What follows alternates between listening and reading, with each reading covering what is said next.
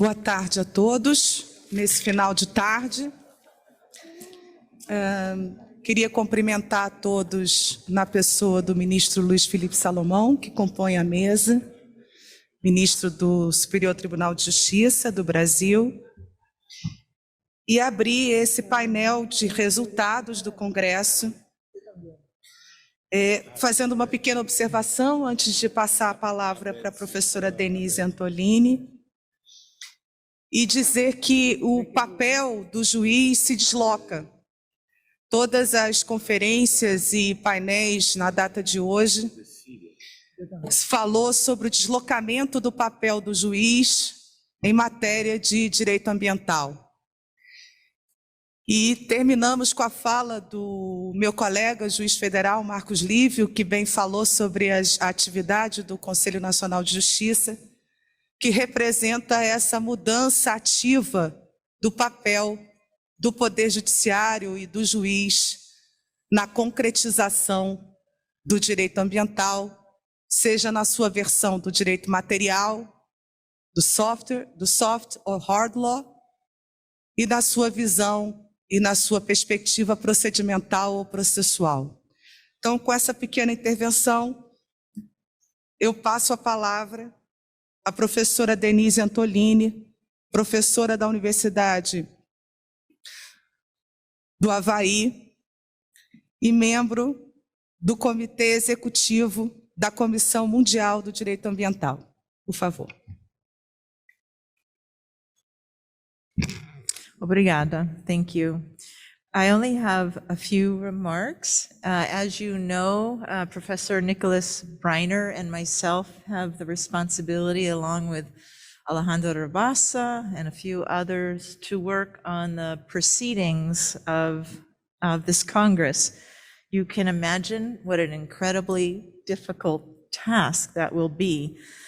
For now, I just wanted to mention a few key themes that we're picking up, and then an invitation at the end. So remember that the title of the Congress is Environmental Law 2030 and Beyond. So as we work on the proceedings, we'll be looking for those ideas that take us into the future, that take this profession into the future. Antonio has always said, this is not meant to be a look back, but a look forward. So some of those themes are the importance of principles. We've heard that repeatedly, and you know the World Commission on Environmental Law has started to contribute to that since the 2016 Congress, and then with the Brasilia Declaration on Water Law, and that work will continue. Second, how soft law and hard law go hand in hand and we need further collaboration in that area. Third, transparency, access to justice, in this tremendous presentation we just heard on sharing of data in the, I would say, judicial biodiversity context, how important all of those are working together. Fourth, the importance of this intellectual exchange among judges, partners, individuals and institutions, and the importance of mentoring, as I mentioned before, to bring up everyone's successors, since we will be doing different things, I think, 2030 and beyond. Two more points. Fifth point is this Congress has involved absolutely the highest level from the judiciary, from the commissions, from our key partners. You cannot imagine. There is no higher power unless Antonio invites the Pope, which may be at the next Congress, we don't know, but it is extraordinary. So we're also deeply involved. I think it's important to step back and appreciate what an incredible collection of minds and people that we have brought in from around the world in all these time zones. Last point before my invitation, and that is we need to accelerate. We absolutely need to accelerate every effort, if it's institution building or if it's building knowledge or sharing knowledge. There's no time to rest. And what a better example, no better example than Justice Benjamin leading through this effort. Let me finish with an invitation, and then I'll turn it over to Professor Breiner. Yes, oh, sorry. This invitation is something we've been working on with Alejandra Rabasa and Claudia de Vint. And that is, let me just read it, the Center for Constitutional Studies at the Mexican Supreme Court of Justice, in collaboration with GJIE and the World Commission on Environmental Law and the Inter-American Institute on Justice and Sustainability, are inviting the judges participating in this Congress to contribute by sending short paragraphs regarding their thoughts and proposals on how to advance environmental rule of law in the next critical decade. So they will be publishing a written roundtable with your contributions, with everyone's contributions, and that will be published in the 3rd edition of the Environmental Judicial Anthology in 2022 by the Mexican Supreme Court and partners. So with thanks to Alejandra, Claudia, and the Mexican Supreme Court, you will be receiving an invitation with that by email to contribute as we continue to work on the proceedings. And I am concluding by turning it over to my dear friend Bruno. We're inviting the Pope, is that what you said? I think we should. Laudato Si. Bem, eu gostaria apenas rapidamente de, em nome do Tribunal de Justiça do Estado do Rio de Janeiro, ao lado da minha colega Daniela, agradecer a todos os juristas que participaram deste encontro. Foi uma honra para esta instituição ser sede de tão valorosos debates sobre a agenda ambiental em todo o mundo.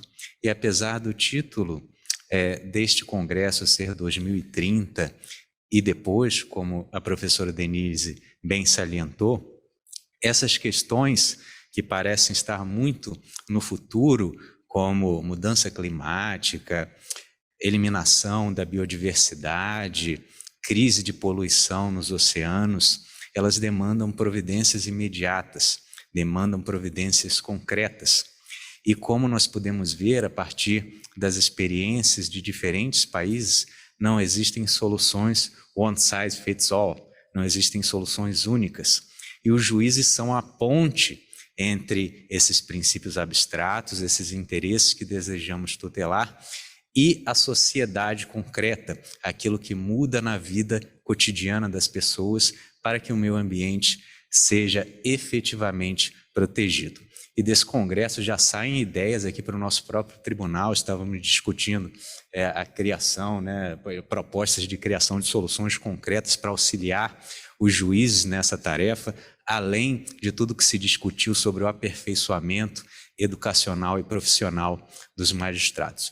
Então, eu gostaria apenas de agradecer mais uma vez e passar a palavra ao professor Nicholas Breiner. Muito obrigado, senhoras e senhores. E boa noite a todos e a todas. Eu tenho a honra de falar, o privilégio de falar um pouco sobre o resultado do Congresso, junto com a minha colega, a professora Denise. Nós, nos últimos 9 anos, tenho acompanhado o desenvolvimento do trabalho da Comissão Mundial de Direito Ambiental. E o resultado do primeiro Congresso Mundial de Direito Ambiental que realizamos aqui no Tribunal de Justiça do Estado do Rio de Janeiro em 2016 foi a Declaração Mundial da UICN sobre o Estado de Direito Ambiental. E agora eu acho o resultado de 2021 deste segmento do Congresso do Judiciário, nós vemos como resultado como floresceu o trabalho da Comissão Mundial de Direito Ambiental em declarar a Declaração de 2016. Que todos os participantes aqui, todos os palestrantes, têm falado sobre esses princípios, sobre o fortalecimento do Estado de Direito Ambiental. E sobre um desses casos eu tenho algum comentário.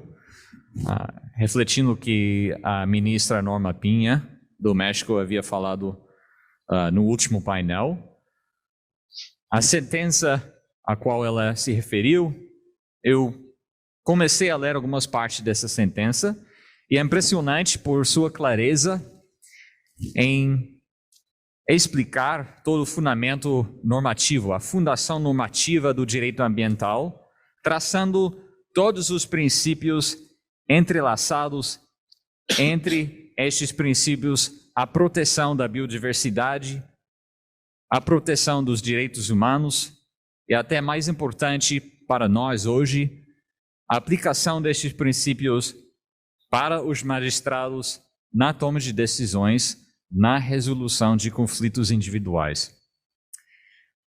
Entre estes princípios são o princípio indubio pro natura, que significa, em caso da dúvida, que se deve reconciliar e resolver a dúvida na maneira que mais protege o meio ambiente.